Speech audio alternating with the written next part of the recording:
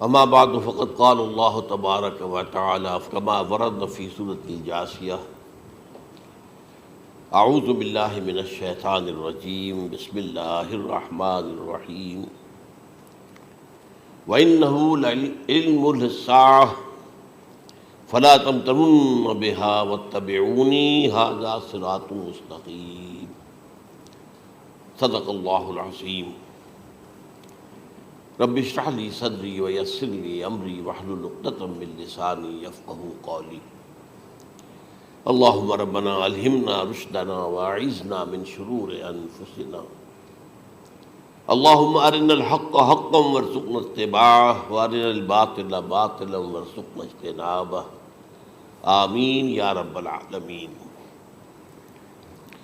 قادیانیت سے متعلق ایک بحث کا آغاز ہو گیا تھا، کیونکہ ہمارے علم میں یہ آیا تھا کہ قادیانیوں نے خاص طور پر ماڈل ٹاؤن کو اپنا ایک مرکز اور اپنا اڈہ بنانے کا فیصلہ کیا، اور اس کا ہمیں تجربہ بھی حاصل ہو گیا۔ کچھ نوجوان اہل سنت کے نوجوان میرے پاس آئے تھے اور انہوں نے میری توجہ اس طرح منعطف کرائی کہ یہاں پر یہ اپنی جمعے کی نماز کے لیے اوپن گراؤنڈ استعمال کر رہے ہیں اور اس میں لگا لیتے ہیں پارٹیشن وغیرہ، اور بڑی یوں سمجھیے کہ بڑی مہم کے ساتھ دونوں طرف کی سڑکیں بند کر کے، اور جو بھی لوگ مسافر ہیں انہیں بھی دعوت دیتے ہیں کہ آئیں یہاں جمعہ پڑھیں، اور بعض لوگ مغالطے میں وہاں جمعہ پڑھ لیتے ہیں۔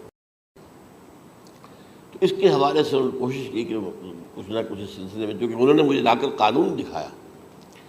پاکستان میں جو قانون نافذ ہے وہ یہ ہے، چاہے یہ کہ وہ نافذ نہیں ہے بالفعل، لیکن ہے قانون کی کتاب میں تو موجود ہے، کہ قادیانی اپنے کوئی جو بھی ان کے نزدیک بھی ان کے مذہبی شاعر ہیں، ان کو مسلمانوں کی شکل میں برملا علی الاعلان ادا نہیں کر سکتے، کیونکہ وہ تو دھوکہ دینی بات ہو گئی کہ لوگ سمجھیں گے یہ مسلمان ہی ہیں۔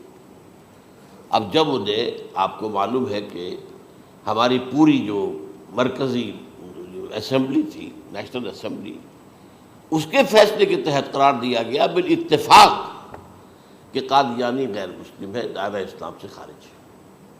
یہ تو فیصلہ ہوا پارلیمنٹ کا ایک بڑے پیمانے، بعد میں پھر ضیاء الحق صاحب کے زمانے میں، یہ تو ہوا تھا آپ کو معلوم ہے بھٹو کے زمانے میں، تو ضیاء الحق صاحب کے زمانے میں اسی کی گویا کہ فردر سٹیپ کے طور پر یہ بات طے کی گئی اور قانون بنا دیا گیا کہ وہ اپنی مسجد کو مسجد نہیں کہہ سکتے اور مسجد کی صورت پر نہیں بنا سکتے کہ گزرنے والے کو یہ خیال ہو کہ یہ مسجد ہے۔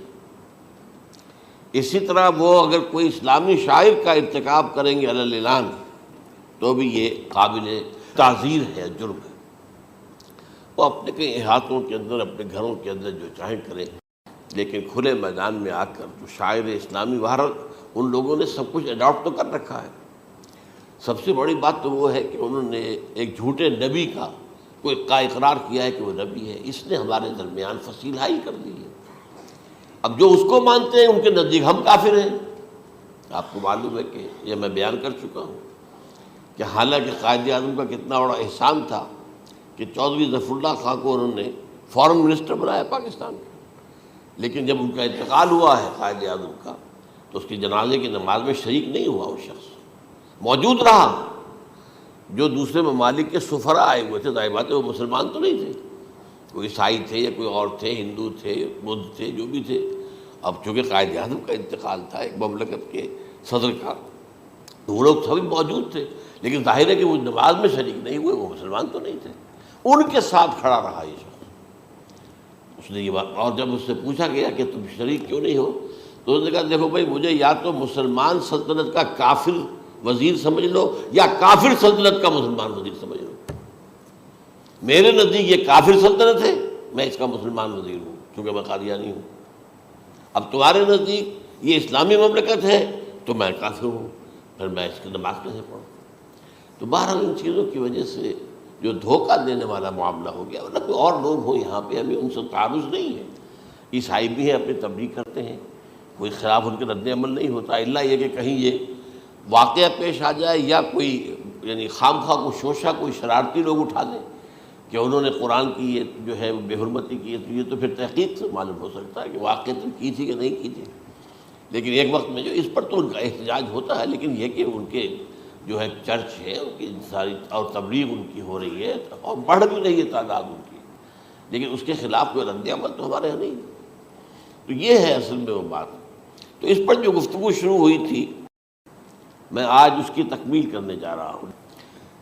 حضرت عیسیٰ علیہ السلام کی دوبارہ آمد کا تعلق ہے، اس کے ضمن میں قرآن مجید میں جو نص قطعی ہے وہ نص قطعی یہ ہے اِنَّهُ لَعِلْمٌ لِلسَّاعَةِ فَلَا تَمْتَرُنَّ بِهَا۔ حضرت عیسیٰ کا ذکر ہوا ہے سورہ جاسیہ میں، اور وہاں فرمایا گیا ہے کہ یہ عیسیٰ کا دوبارہ آنا قیامت کی علامت ہوگا، یعنی کہ اب قیامت بالکل قریب آ گئی ہے۔ اِنَّهُ لَعِلْمٌ لِلسَّاعَةِ، علم حاصل ہوگا ان کی دوبارہ آمد پر کہ اب قیامت جو ہے وہ سر پر آ گئی ہے۔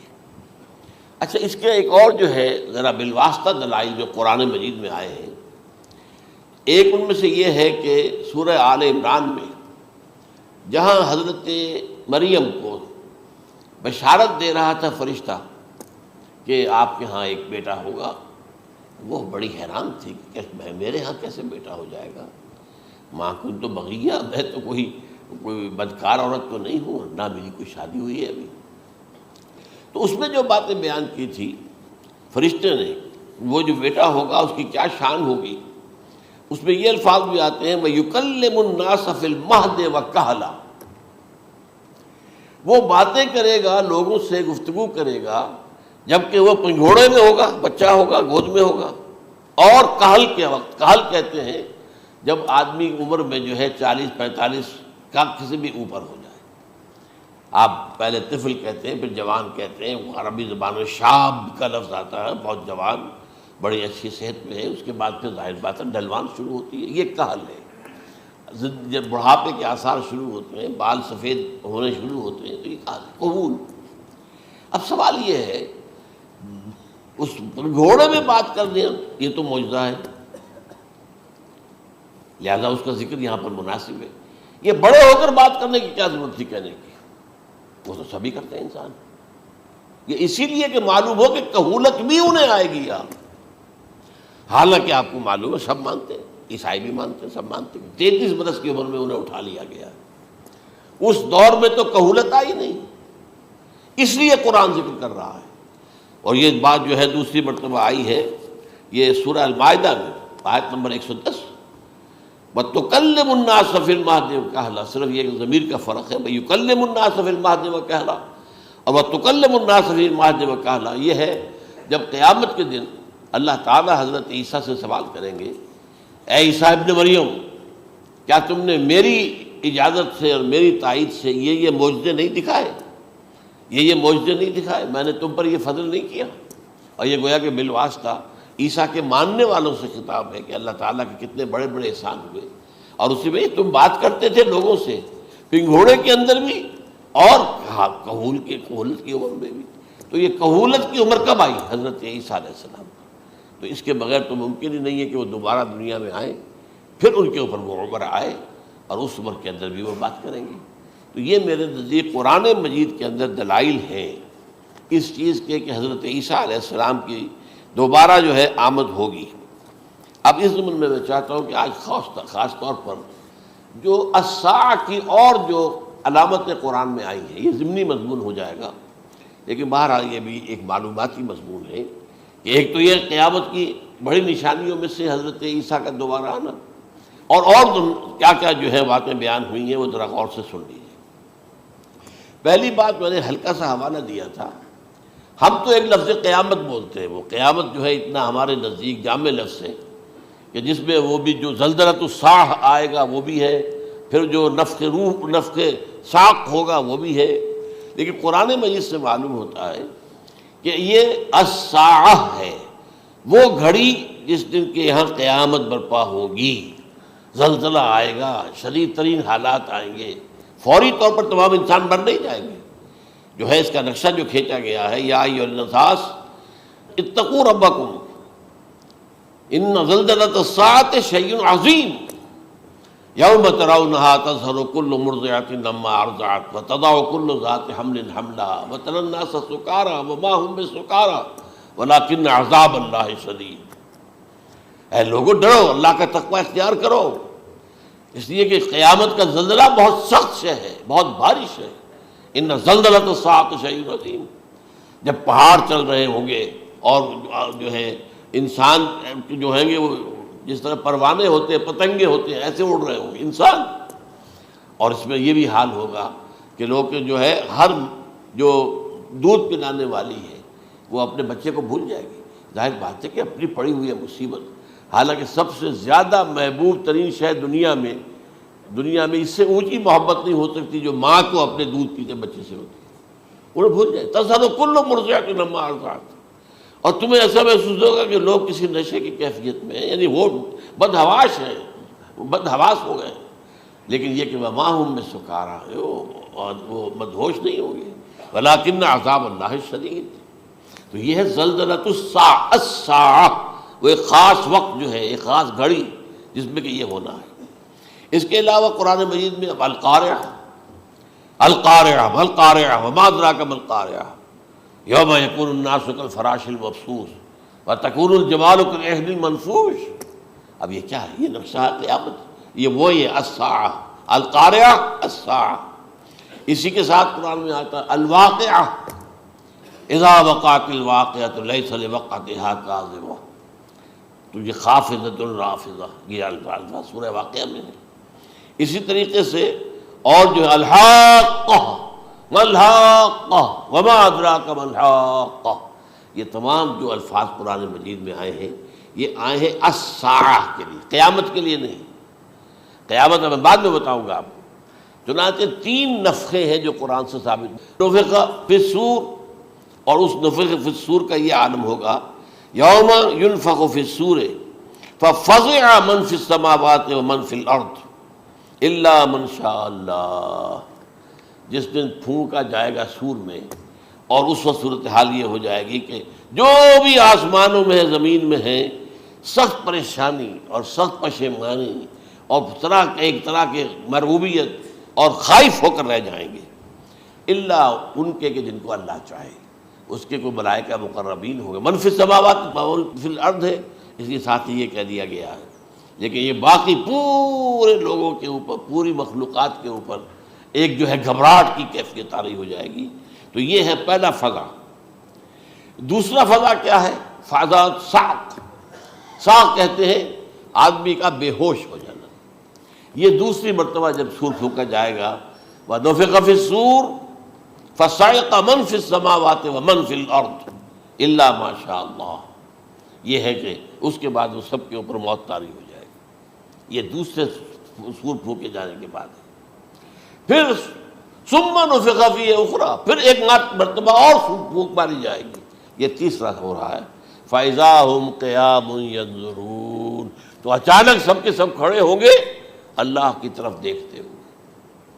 اب یہ جو ہے یہ ہے یوم القیامہ، قام یقوم قیامتاً، کھڑا ہونا، کیونکہ اس دن یوم یقوم الناس لرب العالمین، جس دن کے تمام انسان جو ہے کھڑے ہو جائیں گے اپنے رب کے حضور میں، جس کا نقشہ کھینچا گیا ہے اذا دکت الارض دکا دکا وجاء ربک والملک صفا صفا۔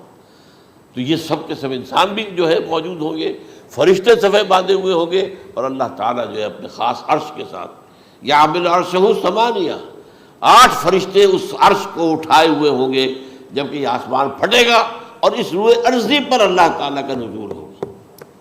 یہ جو ہے ہمارا یوم القیامہ یہاں ہے، یوم القیامہ ہی میں جو فیصلے ہونے یہاں ہونے، قصہ زمین برسر زمین، جو نیکیاں تم نے یہاں کمائی ہیں یا جو بدیاں تم نے یہاں جن کا ارتکاب کیا کا فیصلہ یہاں ہوگا۔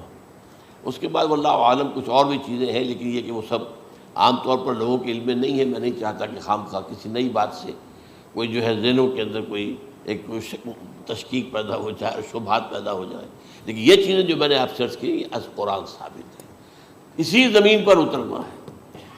وجاء ربک والملک صفا صفا، یہ سب کے سب آئیں گے، اور ملائکہ، اور اس کے علاوہ جو ہے دوسرے مقامات پر اس کا نقشہ کھینچا گیا ہے۔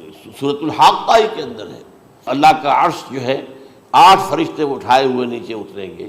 تو یہ تمام چیزیں قرآن مجید میں مذکور ہیں، اور یوم القیامہ یہی ہوگا، لیکن وہ ہے یوم القیامہ۔ ہم قیامت کہتے ہیں اس کو جس کو قرآن کہتا ہے الساعہ، الزلزلہ، الحاقہ، القارعہ، الواقعہ، یہ ہے در حقیقت جو پہلا معاملہ ہے کہ اس کے اندر جو ہے فضا ہو جائے۔ اب دیکھیے جو علامات قیامت احادیث میں آئی ہیں وہ میں آج آپ کو سنا رہا ہوں۔ ان کو دو حصوں میں تقسیم کیا جاتا ہے، علامات صغریٰ، علامات کبریٰ۔ چھوٹی نشانیاں جو درجہ بدرجہ درجہ بدرجہ درجہ بدرجہ حاضر سامنے آئیں گے۔ ایک ہے بالکل قیامت سے متصل قبل بڑے جو خرق عادت واقعات ہوں گے وہ آئیں گے۔ اچھا، پہلی چیز کے سلسلے میں حضرت انس رضی اللہ تعالیٰ عنہ سے یہ مروی ہے اور یہ حدیث متفق علیہ ہے۔ پہلی علامت حضور نے بیان کی قیامت کی علامات میں سے، اب میں لفظ قیامت اسی معنی میں بول رہا ہوں جس میں کہ ہم عام طور پر بولتے ہیں۔ آپ نے فرمایا علم اٹھا لیا جائے گا، جہالت کا دور دورہ ہوگا۔ اب یہ کون سا علم اٹھایا جائے گا؟ سائنس کا علم نہیں، دین کا علم۔ آج تو ساری قدر و قیمت جو ہے جس کے لیے دوڑتے ہیں لوگ، لاکھوں روپے کی فیسیں دے کر ایم بی اے ہو رہے ہیں، یہ جو ہے اکاؤنٹنسی کا پاس کر رہے ہیں، یہ سی اے کر لیا ہے، یہ کوئی اور جو ہے فزکس میں کہیں کیمسٹری میں ڈاکٹریٹ کر لی ہے، ڈاکٹر بن گئے تو کیا ہی کہہ رہے ہیں۔ اس لیے کہ بڑی چیز جو پاکستان سے ایکسپورٹ ہوتی ہے وہ ڈاکٹر ہیں۔ یہ جو اتنے بڑے پیمانے پر جو کالج کھلے ہوئے، 3 لاکھ روپے ایک سال کی فیس، 5 لاکھ روپے ایک سال کی فیس، یہ کیوں لیتے ہیں اور کیوں لوگ دیتے ہیں؟ کہ موقع مل جاتا ہے ایم بی بی ایس کر کے۔ امریکہ کے اندر بھی ڈیمانڈ ہے، ان کے ہاں ڈاکٹر جو ہیں جتنے ہونے چاہیے نہیں ہے، لہذا اور بھی بہت سی جگہوں پر ڈیمانڈ ہے۔ تو جس چیز کی مارکیٹ میں ڈیمانڈ ہے وہ علم ہے۔ آج علم کمپیوٹر کا علم ہے یہ، حالانکہ ان میں سے کسی کے اوپر لفظ علم کا اطلاق میرے نزدیک غلط ہے، جہالت ہے۔ علم وہ ہے جو ذہن کو جلا دے، جو سوچ کو جلا دے، روشنی پیدا کرے، دماغی روشنی، وسعت دے، انسان کے فکر کو وسعت دے، اس کے ذہنی جو ہے جو افق ہے اس کو وسیع کرے۔ علم تو وہ ہے جو حقیقت کے کیا علم بھی اسے عطا فرمائے۔ قرآن ہے، حدیث ہے، باقی اور چیزیں جو اس سلسلے میں آ سکتی ہیں وہ ہے کہ جو قرآن اور حدیث کی سمجھنے میں مومن ہوں اور زیادہ جو ہے اس کے تک فہم کو آسان کر دیں۔ لیکن یہ کہ فرمایا علم اٹھا لیا جائے گا، جہالت کو فروغ ہوگا، ظاہر بات ہے ایک ہی بات ہوئی ہے۔ دوسرے نمبر پہ یہ کہ جہالت کو فروغ ہوگا۔ نمبر 3 زنا کثرت سے ہوگا۔ نمبر 4 شراب نوشی عام ہو جائے گی۔ نمبر 5 عورتوں کی تعداد بہت زیادہ ہو جائے گی، مردوں کی تعداد کم ہو جائے گی، یہاں تک کہ 50 عورتوں کا خیر خبر کرنے والا، کوئی نگرانی کرنے والا، وہ ایک مرد۔ اچھا، یہ تو ہے ایک حدیث جو میں نے آپ کو بیان کر دی، متفق علیہ، یہ بخاری اور مسلم دونوں میں ہے۔ دوسری حدیث بخاری کی ہے، اس کو حضرت ابو ہریرہ رضی اللہ تعالیٰ عنہ نے روایت فرمایا ہے، قیامت آئے گی جب امانت ضائع ہو جائے گی۔ آج ہمارے ہاں امانت کے ضائع ہونے کا جو نقشہ ہے شاید پوری دنیا میں کہیں اور نہیں۔ جس طرح کے غبن یہاں ہوتے ہیں، جس طرح کک بیکس جو ہے وہ لیے جاتے ہیں، اس غریب یعنی قوم غریب ہے لیکن یہاں وہ امیر بہت بڑے بڑے لوگ ہیں، وہ تو دنیا بھر کے ٹاپ کے امیروں کے اندر ان کا شمار ہو جائے گا۔ لیکن یہ کہ یہ سب امیر کیسے بنے؟ غبن بلین ڈالرز کا، اب تو اس سے کم کی تو بات ہی نہیں ہوتی۔ فلاں نے اتنے بلین جو ہے پیسے اپنا جو ہے قرضہ معاف کرا لیا۔ بھائی کس نے کیا، کون کرتا ہے معاف؟ یہ کسی کے باپ کی جاگیر ہے؟ یہ پیسہ بینک کے اندر حکومت کا ہے کہ حکومت کو اختیار ہو کے وہ رائٹ آف کر دے ان کے جو ہے ان کی جائیدادیں کرو ضبط۔ لیکن ہوتا کیا ہے، بینک آفیسر بے ایمان ہے، وہ کہتا تھا 1 کروڑ کا قرضہ لے جاؤ، 10 لاکھ مجھے دے جاؤ، چاہے تم میرے پاس کوئی ڈاکومنٹ جو ہے ایسے نہیں دے سکتے، حالانکہ ہونا چاہیے۔ اتنا بڑا قرضہ لے رہے ہو تو ڈاکومنٹس یہاں پر ہمارے سامنے لاؤ کہ اگر تم نہ دے سکو تو ہم ان ڈاکومنٹس کے ذریعے سے تمہاری جائیداد، تمہاری کوئی جاگیر، تمہاری کوئی اور چیز اس کو قبضہ کریں۔ جب وہ وقت آتا ہے دیکھتے تو یہ ڈاکومنٹس ہی فیک ہیں۔ اللہ نہ خرچ کیا کرے گا کوئی؟ بینک کا باپ بھی واپس نہیں لے سکتا۔ اور یہ سب کس کی بے ایمانی ہے؟ وہ جو بیٹھا ہوا بینک مینیجر، سارا سودا اس کے مابین ہوتا ہے کہ 1 کروڑ ہے نا، 10 لاکھ مجھے جو 90 تم لے جاؤ، باقی یہ کہ ٹھیک ہے میں تمہارے جو ڈاکومنٹس تم پیش کر رہے اس میں کوئی اعتراض نہیں کرتا، بس جاؤ۔ اور نمبر 2، حکومت نااہلوں کے سپرد ہو جائے گی۔ یہ ہے امام بخاری کی روایت کردہ روایت جو حضرت ابو ہریرہ سے۔ مسلم شریف میں ابو ہریرہ رضی اللہ تعالیٰ عنہ سے ایک اور روایت ہے، مال عام ہو جائے گا یہاں تک کہ زکوٰۃ قبول کرنے والا کوئی نہ ہوگا۔ یہ بات وہ ہے جو آج سعودی عرب اور یو اے ای کے اندر آپ کثرت سے دیکھ سکتے ہیں۔ دولت جو ہے وہ ریل پیل، ابھی تھوڑا سا آیا ہے معاملہ خاص طور پر دبئی میں، کیونکہ وہاں بہت زیادہ کنسٹرکشن ہو رہی تھی، تو پوری دنیا میں آپ کو معلوم ہے کہ جو ریئل اسٹیٹ کہلاتا ہے اس کا حال بہت پتلا ہے، لیکن وہاں کے دولت ریل پیل ہے ہر جگہ پر۔ اور سب سے اہم متفق علیہ روایت، متفق علیہ کیا، وہ تو حضرت عمر سے بھی مروی ہے، ابن عمر سے بھی مروی ہے، ابن عباس سے بھی مروی ہے، ابو ہریرہ سے بھی مروی ہے، عبداللہ ابن مسعود سے بھی مروی ہے رضی اللہ تعالیٰ عنہ اجمعین۔ اور یہ وہ حدیث ہے جسے کہا جائے حدیث جبرائیل، جسے ام السنہ بھی کہا گیا۔ اس میں جو آخری سوال کیا حضرت جبرائیل نے حضور سے، چوتھا، پہلا یہ تھا کہ اسلام کیا ہے مجھے بتائیے، ایمان کیا ہے، اس کی حقیقت کیا ہے یہ مجھے بتائیے، تیسرا احسان کیا ہے یہ بتائیے، چوتھا یہ کہ قیامت کے بارے میں بتائیے کب ہوگی۔ حضور نے فرمایا کہ اس کے بارے میں جس سے سوال کیا جا رہا ہے وہ اس سے زیادہ نہیں جانتا جو کہ سوال کر رہا ہے۔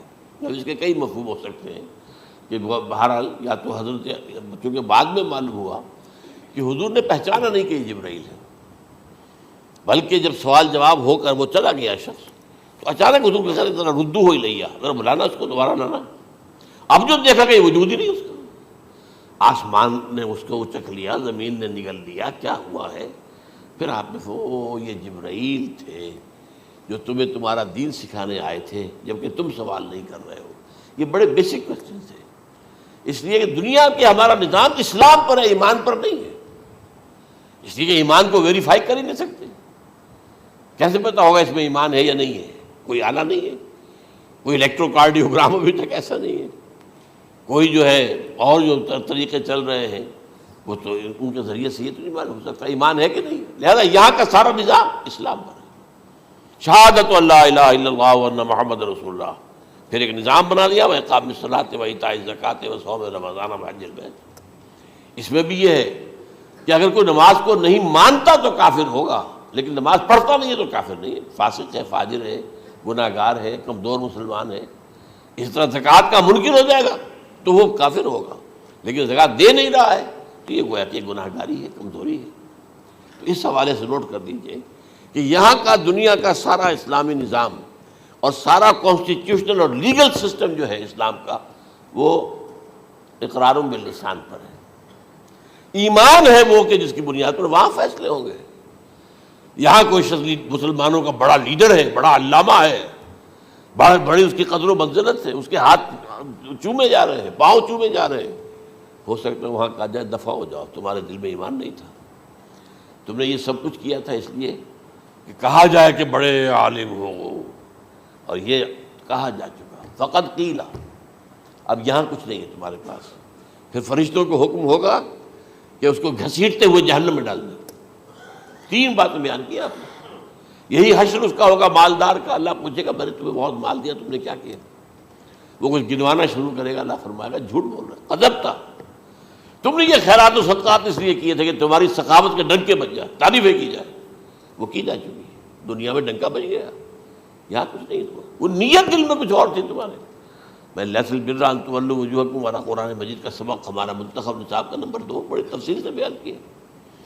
یہی معاملہ ہوگا اس عالم کا، اللہ فرمائے گا میں نے تمہیں علم دیا، تم نہیں، وہ کہے گا میں نے علم پھیلایا لوگوں میں ہدایت کی، کوئی جھوٹ بول رہے ہیں، تم نے تو صرف اس لیے کیا تھا، تمہاری نیت یہ تھی کہ بڑا عالم شخص ہے، بڑا فاضل شخص ہے، تو یہ سب کہا جا چکا۔ تو وہاں کا معاملہ جو ہے وہ اسلام پر نہیں ہے، یا آپ دکھائیں گے دیکھیے یہ میرا آئیڈینٹی کارڈ، اس پہ اسلام میرا مذہب لکھا ہوا ہے، یا یہ میرا پاسپورٹ ہے، آئیڈینٹیفیکیشن کے لیے دنیا میں عام طور پر یہ چیزیں ہوتی ہیں، کوئی تعلق نہیں۔ آخرت کا معاملہ کسی اور شے پر ہے، وہ تو ایمان دل میں ہے، اور تمہارے تمام جو حرکات ہیں، اعمال ہیں، ان سب کے اندر جب تک کہ اصل جو قوت متحرکہ ہے وہ اللہ کی محبت نہ بن جائے. اخلاص للہ وحب اللہ للہ، اور یہ کہ یہ تمام چیزیں جیسا کہ فرمایا، ایک حدیث بڑی پیاری ہے، ایمان کی تکمیل کی علامت کیا ہے؟ فرمایا من احب للہ وابغض للہ ومنع للہ وعطا للہ فقد استکمل الایمان. جس شخص نے محبت جس سے بھی کی اللہ کے لیے کی، اپنے مفادات کے لیے نہیں، رشتہ داری کی بنیاد پر نہیں. محبت اوپر ہو جائے، رشتہ دار کا حق ہے دو، بیوی کے حقوق ہیں دو، لیکن محبت یہ اللہ کے لیے ہو کہ فلاں شخص سے مجھے محبت اللہ کے لیے. اور اگر نفرت رکھی تو اللہ کی وجہ سے رکھی، اس لیے رکھی کہ وہ اللہ کے دین سے دور ہے، وہ اللہ کے راستے پر نہیں آ رہا ہے، وہ فسق و فجور کی جو ہے زندگی کو آ رہا. اس میں بھی یہ ہے کہ یہ نہیں ہے تعلق قطع کر لو، تعلق قطع کرو گے تو تبلیغ اور اصلاح کا موقع کہاں رہے گا، لیکن دلی محبت نہیں ہوگی اس میں. تو اگر محبت ہے تو اللہ کے لیے، اور نفرت ہے تو اللہ کے لیے. اور کسی کو کچھ دیا ہے تو اس لیے کہ اللہ کا حکم ہے کہ دوں، اور کسی سے کچھ روکا ہے تو اس لیے کہ اللہ کا حکم ہے کہ روکوں، اس کو نہیں دینا ہے. فقد استکمل الایمان، تو اس شخص نے ایمان کی تکمیل کر لی. یہ ہے اصل جو ڈیسائیڈنگ فیکٹر ہے، وہ یہ ہے. اور اس ایمان کی پہلی علامت کیا ہے؟ کیسے معلوم ہو میرے اندر ایمان ہے؟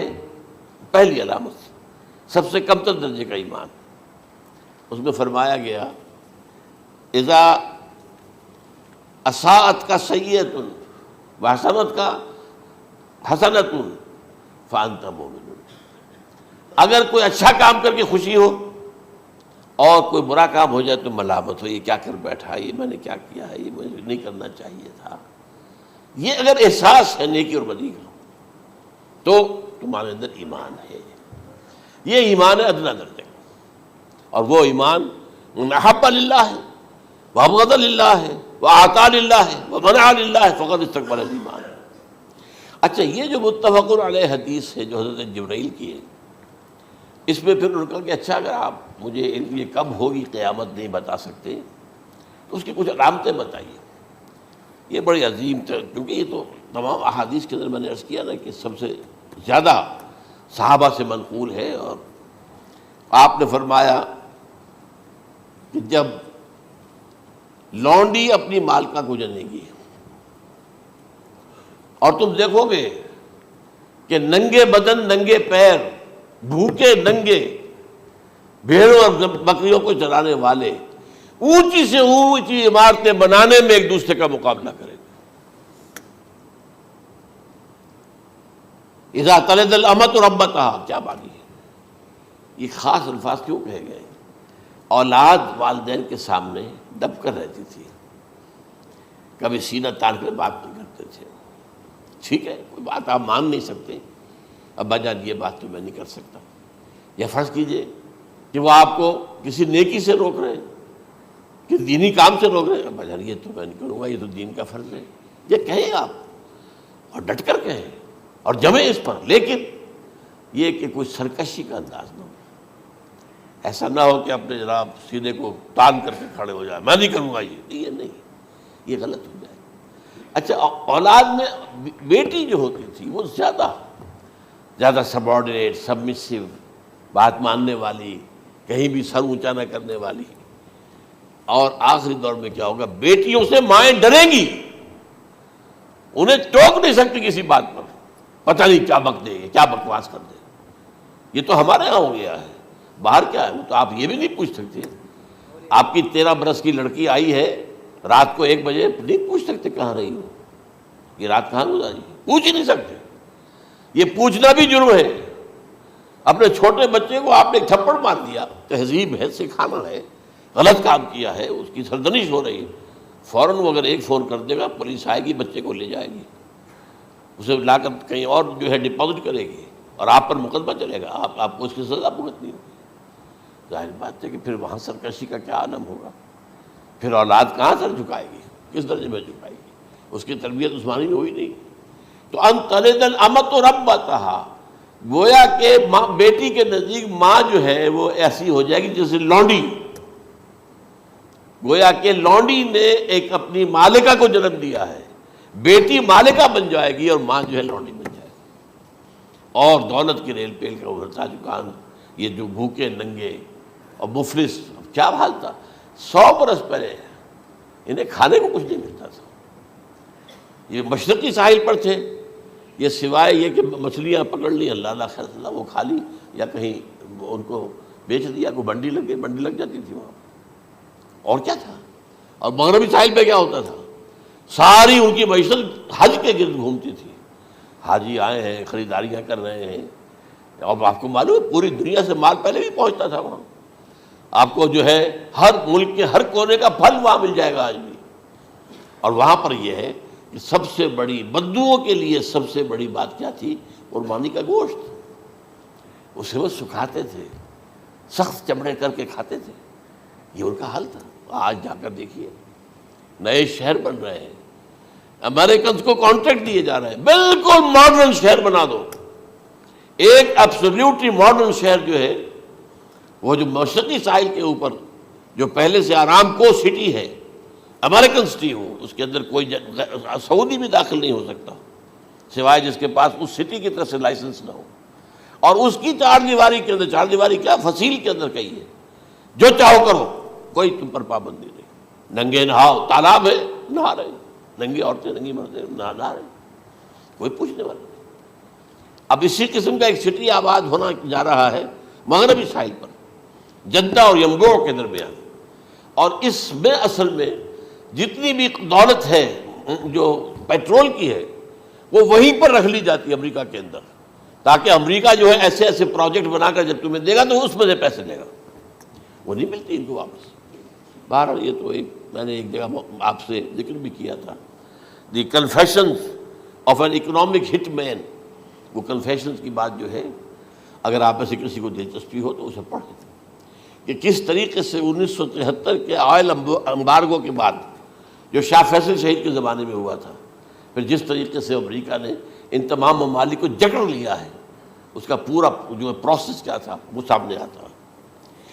بہرحال اس کے بعد آتا ہے علامات کبریٰ کا ذکر، بڑی علامتیں جو کہ بالکل خرق عادت کے انداز میں ہوگی، جن کا معاملہ جو ہے وہ آپ کے ناپ تول میں نہیں آ سکتا، آپ کی کیمسٹری فزکس اس کا جو ہے وہ نہیں کر سکتی، ادراک ہوگا یہ قیامت کی۔ ان میں نمبر 1 کیا ہے، ایک بہت بڑا دھواں آئے گا، پوری دنیا کو لپیٹے گا۔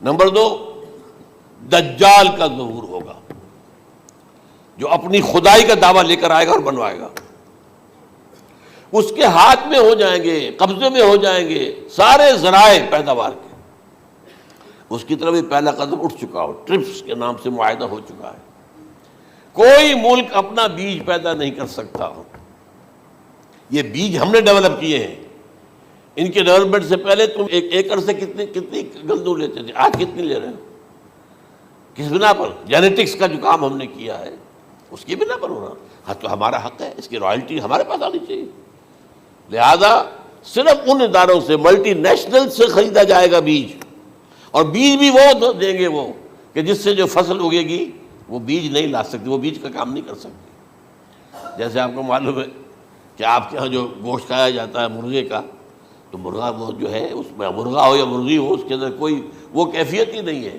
ان کے انڈے جو ہے ان سے آپ بچے حاصل نہیں کر سکتے، ہے تو انڈا، دیکھنے کو تو انڈا ہے، لیکن وہ بنڈا جو ہے اس سے بچہ تو نہیں حاصل کر سکتے۔ ایسے ہی وہ گندم کا بیج لیں گے، نظر آئے گی گندم، لیکن اس کے اندر وہ صلاحیت نہیں ہے کہ اس سے جو فصل اگے گی اس کا نتیجہ جو ہے وہ بھی آپ لے سکیں، یہ ہونا ہے، اللہ جانے، قدم اٹھ رہے ہیں ادھر۔ پھر یہ ہے کہ دابۃ الارض، زمین سے ایک حیوان نمودار ہوگا، زمین شق ہوگی۔ ابھی میں کہہ رہا ہوں خرق عادت ہے، یہ چیزیں وہ نہیں ہیں جو ہماری کسی حساب کتاب میں جو باتیں پہلے آئی ہیں وہ تو حساب کتاب میں آ رہی ہیں، ساری سمجھ میں آ رہی ہیں، ساری چیزیں مشاہدہ ان کا ہو رہا ہے، لیکن یہ ہے کہ دابۃ الارض، یہ کہتے ہیں کہ کوہ صفا، اس میں تو نہیں ہے حدیث میں، کوہ صفا پھٹے گا اور اس میں سے ایک حیوان دابہ وہ ظاہر ہوگا، تو اسی لیے فرمایا ہے وَإِذَا وَقَعَ الْقَوْلُ عَلَيْهِمْ أَخْرَجْنَا لَهُمْ دَابَّةً مِّنَ الْأَرْضِ تُكَلِّمُهُمْ، تو ہم اندر سے پیٹ کے چیر کر زمین کے پیٹ کو ایک حیوان کو برآمد کریں گے جو انسانوں سے بات کرے گا، گفتگو کرے گا۔ نمبر 4 طلوع الشمس من المغرب، یہ بھی خرق عادت، سورج تو طلوع ہوتا ہے مشرق سے، غروب ہوتا ہے مغرب میں، لیکن اس وقت معاملہ الٹا ہو جائے، یعنی جو کائنات کے اندر جو گڑبڑ ہوگی کچھ سمجھ میں بات آتی ہے کہ یہ معاملہ جو ہے یہ تو اس پورے سولر سسٹم کو اگر بدل دیتے ہیں تو مشرق مغرب ہو جانا، مغرب مشرق ہو جانا، یہ سمجھ میں آنے والی بات ہے۔ اس کے بعد ہے عیسیٰ ابن مریم کا نزول، جس کے بارے میں آج میں نے گفتگو کی ہے تفصیل سے۔ یہ نزول ہونا ہے، یہ علامات قیامت میں سے حضور نے بیان فرمایا ہے، اور قرآن مجید کی جو اصطلاحات ہیں اس کے حوالے سے میں نص قطعی جو ہے وہ میں آپ کے سامنے رکھ چکا ہوں۔ پھر یاجوج ماجوج کا ایک معاملہ ہے، یہ میں ابھی اس وقت زیادہ اس پر بات نہیں کر سکتا۔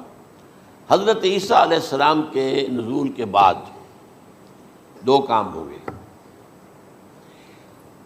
یہودیوں کا قلع قمع ختم، تمام یہود، ایک کام تو یہ ہونا ہے، اور نمبر 2 عیسائیت کا ختم ہو جانا۔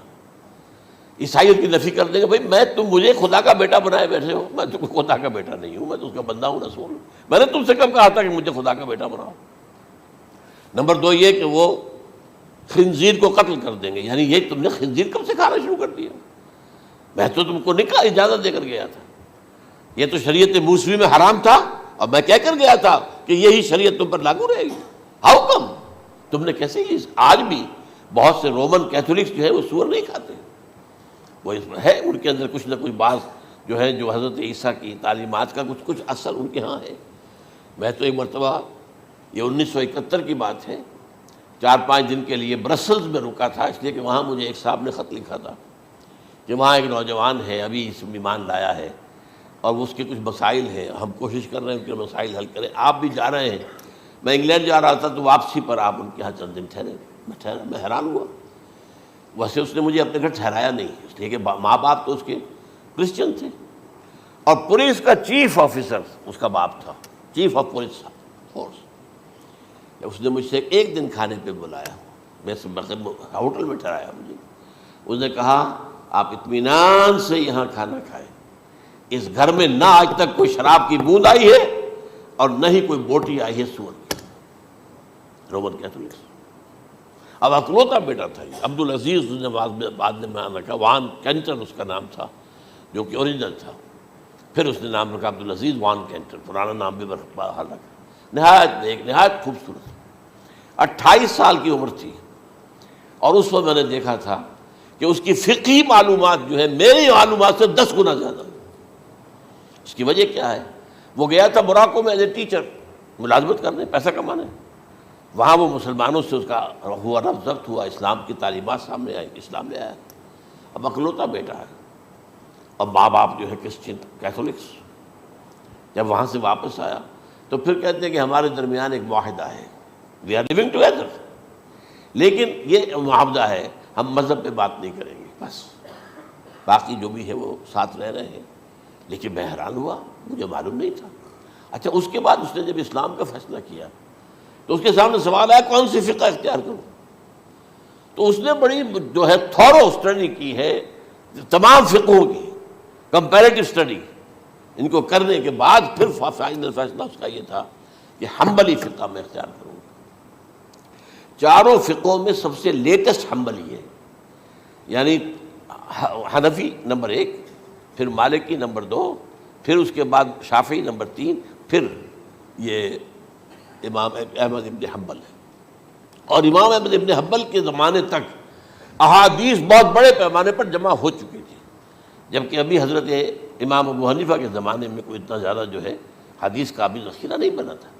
اسی پر تو لوگ حیران ہوتے ہیں کہ زیادہ حدیث امام ابو حنیفہ کے علم میں نہیں تھی، لیکن مجال ہے کہ ان کا کوئی فتویٰ جو ہے کتاب و حدیث کے، کتاب اور سنت کے خلاف ہو۔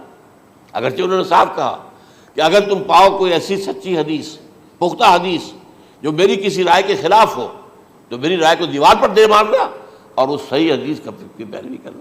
لیکن ویسے اس کے بعد یہ کمال یہ ہے کہ بہت ہی کوئی شاذ معاملہ ہے کہ جس میں ان کا کوئی فتویٰ وہ کتاب و سنت کے منافی ہو یا سنت کے منافی ہو۔ کتاب پہ تو سوال پیدا نہیں ہوتا، کتاب تو ساری ان کے سامنے موجود تھی۔ اس کے بعد یہ ہے کہ یاجوج ماجوج، اصل میں بتا رہا تھا آپ کو کہ جب عیسائیت بھی ختم ہو گئی، یہود ویسے ختم ہو گئے، استیصال ہو گیا، جڑ کٹ گئی، اب عیسائیت گویا کہ اسلام میں ضم ہو گئی، عیسائیت مذہب ختم، یہودی خود ختم، اب یہ طاقت کتنی ہو جائے گی؟ تقریباً 2/3 دنیا آ گئی، تمام اب عیسائی 2 ارب کے قریب ہیں، 1 ارب 90 کروڑ ہوں گے، یا مسلمان بھی 1 کروڑ 50-60 لاکھ ہیں، دونوں کو جوڑ لیجیے کتنے ہو گئے؟ 6 ارب کل آبادی ہے۔ لیکن اس کے بعد آتا ہے یاجوج ماجوج کا خروج۔ یہ یاجوج ماجوج میرے نزدیک چائنا اور رشیا ہے، ان کی مجموعی طاقت اتنی ہوگی، اور یہ اس طرح آئیں گے ہر اونچائی پر سے اترتے ہوئے، پھسلتے ہوئے، جیسے 1962 میں جب وار ہوئی تھی بٹوین چائنا اینڈ انڈیا 1962 میں، تو وہ اس وقت کا نقشہ مجھے آج بھی اخبارات میں پڑھتا تھا تو یاد، waves after waves of Chinese soldiers were coming down the slopes of Himalayas۔ یہ تو وہ ہے نا جن کی تعداد کا کوئی حساب نہیں ہے، اور رشیا اور یہ مل کر جو ہے، میرا اندازہ یہ ہے کہ جب پہلے ملحمۃ العظمیٰ ہوگی وہ عیسائیوں اور مسلمانوں کے درمیان، اس وقت یہ دونوں پاورز نیوٹرل رہیں گی، لیکن غالباً یہ بات طے کر لیں گی کہ ویپنز آف ورلڈ جو ہے ماس ڈسٹرکشن، یہ استعمال مت کرنا، اگر یہ ویپنز آف ماس ڈسٹرکشن استعمال کرو گے تو ہم میدان میں آ جائیں گے۔ اس میں وہ جنگ جب ہو چکے گی، پھر حضرت عیسیٰ کو فتح حاصل ہو جائے گی، اور پھر یہ کہ یہودیت ختم ہو جائے گی، عیسائیت بطور مذہب ختم ہو کر اسلام میں ضم ہو جائے گا، پھر وہ 40 برس کا عہد حکومت ہے حضرت عیسیٰ علیہ السلام۔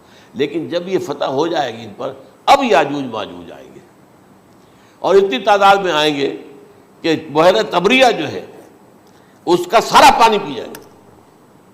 یہ تو اگر آپ کو کبھی اندازہ ہو، یا کوئی آپ جانیں ان لوگوں کو جو ان چینیوں سے واقف ہیں، وہ کہتے ہیں زمین پر ہلتی ہوئی کوئی چیزوں سے وہ چھوڑی چھوڑ کے کھا جائیں گے۔